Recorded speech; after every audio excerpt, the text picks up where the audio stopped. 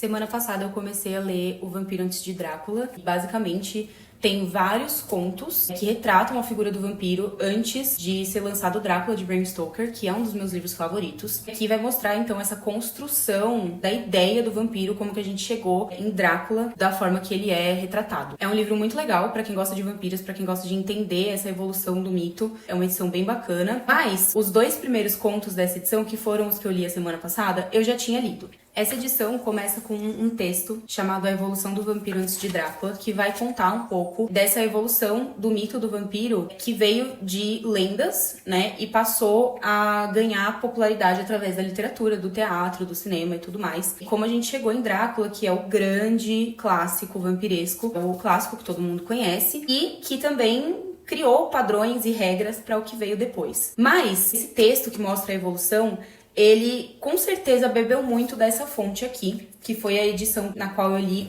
os dois primeiros contos que tem aqui. Edição comemorativa de 200 anos de O Vampiro, do John William Polidori. Essa edição ela é recheadíssima de textos sobre o vampiro, sobre a evolução do vampiro, sobre o conto O Vampiro do Polidori, mas tudo que envolve esse conto e que envolve esse mito, inclusive o fragmento do Lord Byron, que nessa edição foi traduzido como fragmento de um relato, que é a história, fragmento de história a partir do qual o Polidori teria escrito o seu conto. Antes nós já tínhamos algumas representações na poesia, mas foi com John William Polidori que a gente entende que se iniciou o personagem do vampiro na prosa. Enfim, eu queria falar sobre o vampiro do Polidori e o fragmento do Byron. A gente tem então o vampiro, que foi uma representação muito diferente daquela que a gente tinha a partir de lendas e mitos. Foi essa ideia do vampiro aristocrático, vampiro que vivia em meio à sociedade, mas também essa ideia do vampiro mau, do vampiro que vai atrás das mocinhas inocentes e que precisa sugar seu sangue para continuar vivendo, para continuar tendo vitalidade. Muito do que o Polidori colocou nesse texto se tornou grande referência para o que veio depois. O Lord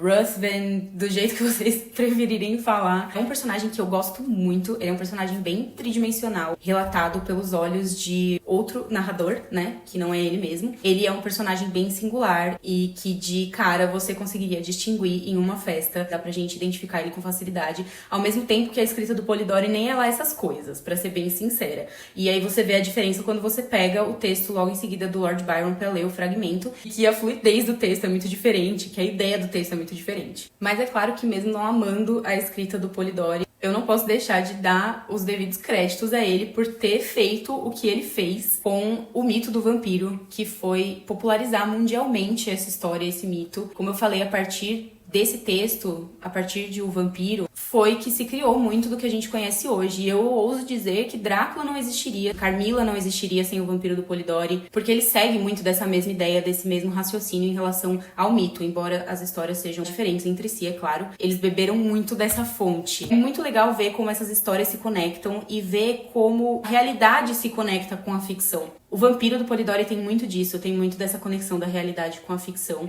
na representação do vampiro e tudo mais. Eu gosto bastante dessa história, eu gosto muito desse personagem. Recomendo demais a leitura de O Vampiro, recomendo demais a leitura do fragmento do Lord Byron. É muito interessante, eu queria muito que o Lord Byron tivesse terminado esse fragmento, porque é super criativo. Inclusive, eu não parei pra pesquisar isso, mas se alguém souber de autores famosos que finalizaram o fragmento, por favor, me avisa, porque eu quero muito ler. E é isso. São dois contos incríveis, principalmente o do Polidori, que, como eu falei, estabeleceram muito do que veio depois, e eu acho que é essencial pra quem ama a história do vampiro. O trabalho da Marta Argel e do Humberto Moraneto está impecável nesse livro, tanto em relação ao texto inicial, quanto às traduções e as mini biografias que tem depois do texto também, que dão uma contextualizada ali. Muito legal, tá bem completinha. Contém aqui se vocês já leram algum desses livros, algum desses contos. E se vocês têm outras indicações aí de contos e histórias de vampiros. Eu acho que quase todo mundo que me segue sabe que eu sou louca pelo mito do vampiro. Eu tenho muitos livros aqui em casa sobre isso. E eu quero ter cada vez mais e consumir cada vez mais essas histórias, porque